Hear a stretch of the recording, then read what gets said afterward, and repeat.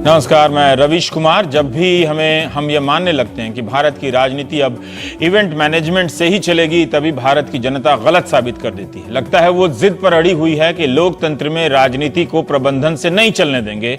राजनीति चलेगी तो सिर्फ और सिर्फ उसके बुनियादी मुद्दों से। आपने राहुल गांधी की खाट सभा की चर्चा शुरू की तो सब खाट को लेकर ही बात करते रहे। किसानों के मुद्दे को मीडिया में कम जगह मिली, शायद इसलिए भी कि मीडिया में भी किसानों के मुद्दे को लेकर ना तो धीरज बचा है, ना ही नेताओं की बातों पर भरोसा कि वाकई ये किसानों के प्रति ईमानदार है। लोकसभा चुनाव के पहले महिलाओं और किसानों के साथ चाय पे चर्चा प्रधानमंत्री मोदी का ब्रांड बन गया। अन्ना आंदोलन के बाद से भारतीय राजनीति में चुनावी रणनीति पर इवेंट की रणनीति हावी होने लगी। सोशल मीडिया के जरिए उस इवेंट को और बड़ा किया जाने लगा। हैशटैग को आंदोलन में बदलकर न्यूज चैनलों पर बहस की जगह बनाई गई, कब्जा किया गया। कहा जाने लगा कि फला नेता या पार्टी के पास टीम नहीं है, टीम से ही नेता पैदा हो सकता है। प्रधानमंत्री ने तो विदेश यात्राओं के समय स्टेडियम को नए मंच के रूप में इस्तेमाल किया, जहां वक्ता और उसकी आवाज को भव्य रूप दिया जा सके। इसलिए राजनीतिक दल भी चुनावी प्रबंधकों की टीम के बगैर चुनाव में जाने से घबराने लगे हैं। राजनीतिक दलों का यह विश्वास गहरा होता जा रहा है कि सोशल मीडिया और मीडिया के जरिए जो हवा बांधी जाएगी, जनता अपना सवाल छोड़कर उस हवा को कूलर और एयर कंडीशन की हवा समझने लगेगी। लेकिन आज भी राजनीति तय करने का अधिकार और अवसर अभी भी जनता के पास ही है। मीडिया ना हो, राजनीतिक दल उन मुद्दों पर ईमानदार ना रहे, बात ना करें, तब भी जन आंदोलन खड़े हो सकते हैं। गुजरात में जब गौ रक्षकों ने दलित युवकों को मारा तो उनके खिलाफ गुस्सा चैनलों की बहस से नहीं भड़का। राजनीतिक दलों को लगा कि मीडिया दिखा नहीं रहा, इसलिए वो ज्यादातर चुप ही रहे, तो जनता चुप नहीं रही। जनता ने, गुजरात के दलितों ने खाट सभा और चाय पे चर्चा से भी आक्रामक आइडिया निकाला और मरी हुई गाय की खाल उतारने से मना कर दिया, गाय को सड़कों पर फेंक दिया। बिना किसी स्थापित नेता के अहमदाबाद और ऊना में लोग जमा हो गए। वही हाल पटेल आंदोलन का भी रहा। जब तक मीडिया की नजर पड़ती, यह आंदोलन आक्रामक हो चुका था। आरक्षण की मांग के साथ साथ इसका एक मुख्य आधार यह भी था कि फीस बहुत महंगी हो गई है और नौकरी जो मिलती है वो फीस के अनुपात में काफी कम सैलरी वाली है। नेताओं और चर्चाकारों ने आरक्षण को तो मुख्य मुद्दा माना, लेकिन बाकी मुद्दों पर सब चुप रह गए। अब महाराष्ट्र में एक ऐसा ही आंदोलन चल रहा है जिसे किसी इवेंट कंपनी ने नहीं रचा है। इस आंदोलन का कोई नेता नहीं है, इस आंदोलन में कोई भाषण नहीं होता, कोई मंच नहीं।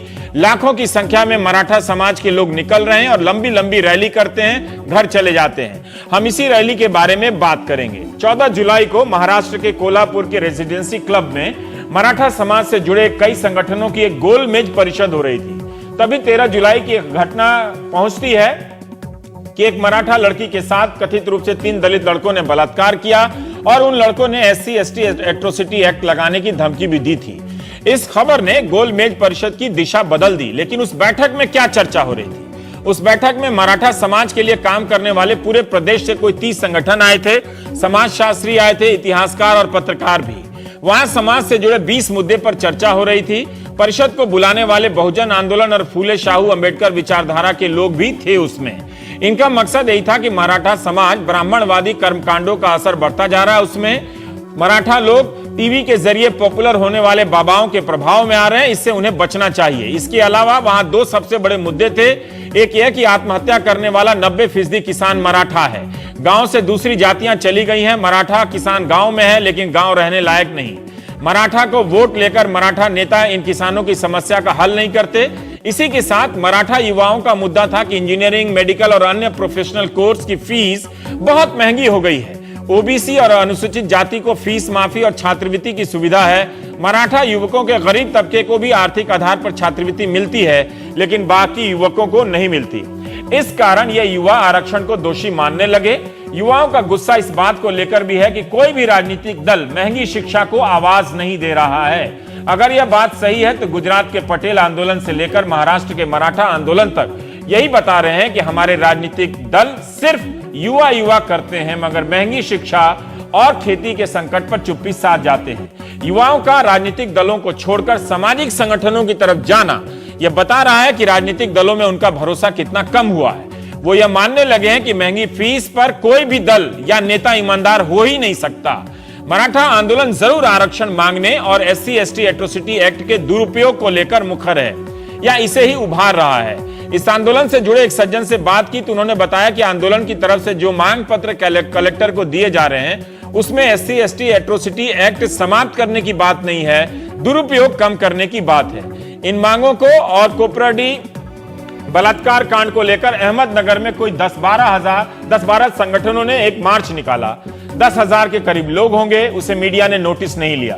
उसके बाद औरंगाबाद में मार्च निकला, काफी बड़ी संख्या में लोग आए, मीडिया ने दरकिनार कर दिया। लेकिन इस बात को लेकर मराठा समाज गुस्से में आ गया कि लाखों लोगों की रैली हुई और मीडिया ने अनदेखा कर दिया। लिहाजा तय हुआ कि अब मीडिया पर निर्भर नहीं रहेंगे, बल्कि सोशल मीडिया के जरिए बात फैलाई जाएगी।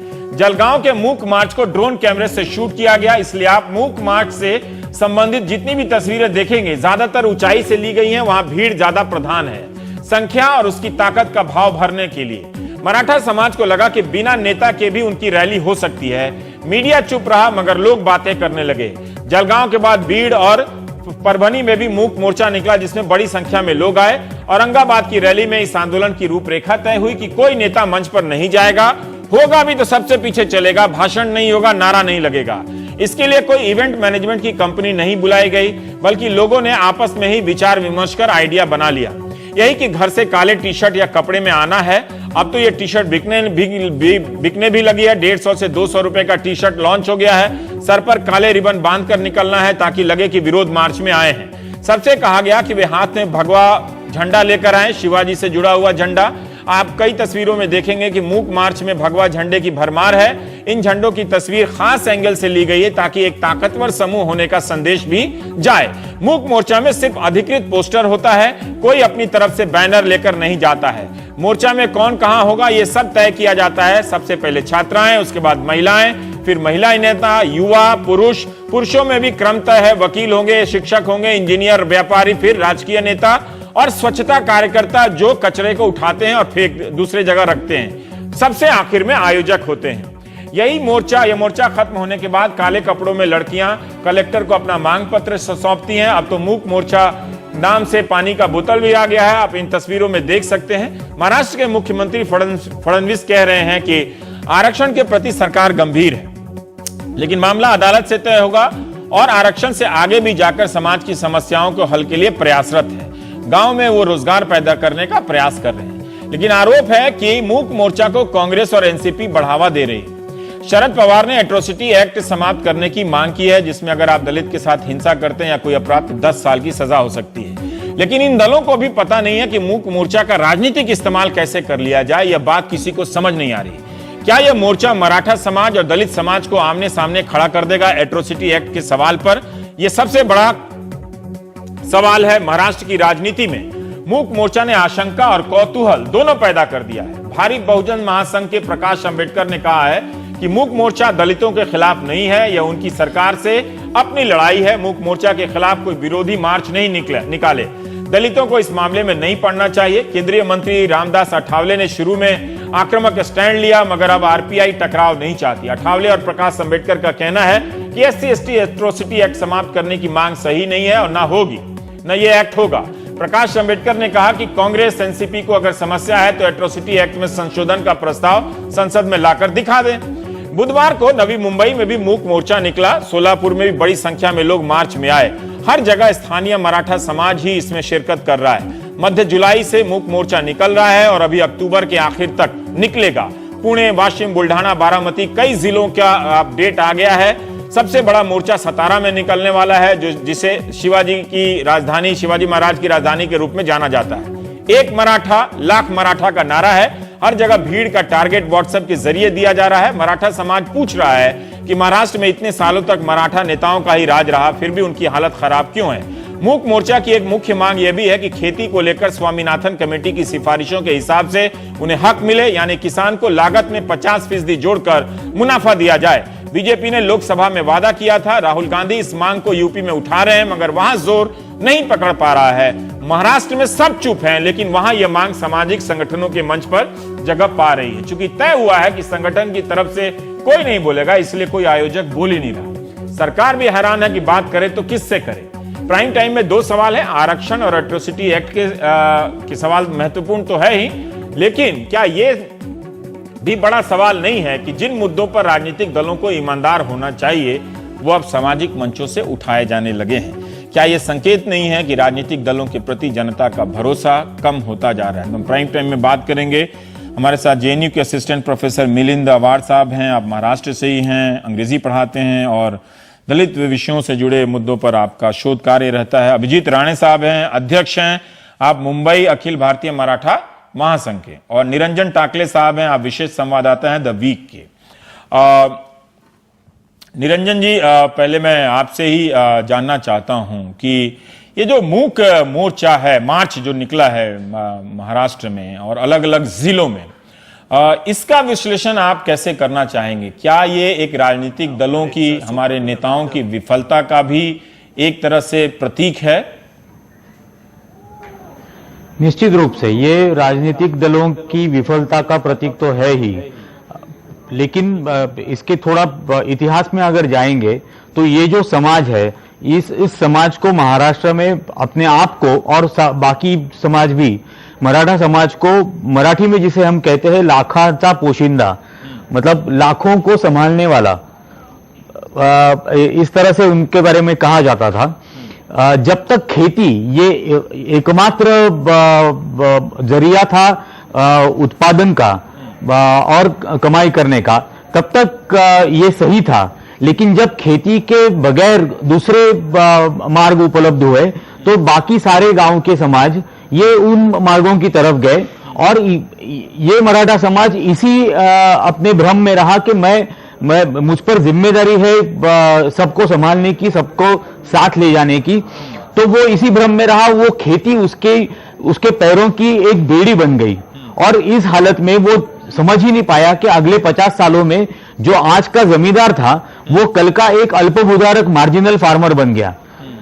इस दौरान उसका जो हर जगह पे मानभंग हो रहा था, उसका जो अपमान उसको बर्दाश्त करना पड़ रहा था, वो चाहे उसके गांव की विविध कार्यकारी सोसाइटी से जुड़ा या एपीएमसी मार्केट में हो या कोऑपरेटिव बैंक्स में हो, कोऑपरेटिव शुगर फैक्ट्रीज में हो, जहां कहीं भी उसका एक्सप्लॉयटेशन हो रहा था, तो हर जगह पे उसका एक ह्यूमिलिएशन वो फील कर रहा था। और कोपरडी की जो घटना हुई वो उसके मानभंग का एक परमोच्च बिंदु हो गया, जब वो ये सहन नहीं कर पाया कि अब मेरी ये हालत है।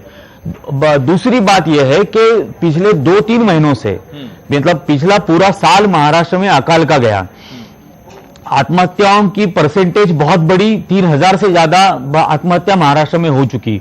मेजॉरिटी फार्मर्स ये मराठा समाज के हैं। हाँ। उसके बाद पिछले 2 महीनों से प्याज रस्ते पर फेंका जा रहा है, टमाटर रस्ते पर फेंका जा रहा है और आज क्योंकि उसको भाव नहीं मिल रहा, 1 रुपया किलो, 1.5 रुपया किलो इस किस्म के भाव मिल रहे हैं। अब इस सूरत में प्याज और टमाटर रस्ते पर फेंकने वाला भी आज रस्ते पर आ गया है। तो क्योंकि उसके जो बेसिक सवाल थे उस पर कभी किसी भी सरकार ने इलाज नहीं ढूंढा, हमेशा बीमारी के लक्षणों पर इलाज किया गया, बीमारी पर कभी इलाज नहीं हुआ। जी अभिजीत जी, मैं आपसे जानना चाहता हूं कि आप लोगों के आंदोलन का उसकी मुख्य मांग क्या है? क्या जो निरंजन साहब कह रहे हैं कि खेती का संकट है और उस संकट से बहुत तरह का असर पड़ा है, नेता उस पर केवल बोलते हैं, चुप रह जाते हैं, या ये रिजर्वेशन मेन मांग है आपका और एट्रोसिटीज एक्ट मांग है? निश्चित तौर पर ये जो मोर्चे है वो मराठा समाज का एक अनरेस्ट है। मराठाओं का ये जो मोर्चा रस्तों पर आ रहा है वो अपनी भावना व्यक्त कर रहे हैं।